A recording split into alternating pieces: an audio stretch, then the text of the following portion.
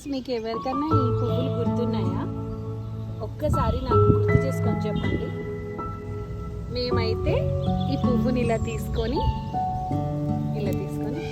తాత 5 పైసలు ఇవ్వకుంటే నీ గుండు టుప్ అని ఆడుకునే వాళ్ళం. వే ఆఫ్ ప్లేయింగ్ కూడా ఒకసారి పెట్టండి. మన చిన్నప్పటివి. ఐ థింక్ ఈ పువ్వు చూడగానే నాకు అది గుర్తొచ్చింది. సో ఇవి అండ్ సో మెనీ ఫ్లవర్స్ కదా. వెళ్ళిపోయారా చిన్నప్పటికి ఒకసారి? Love it.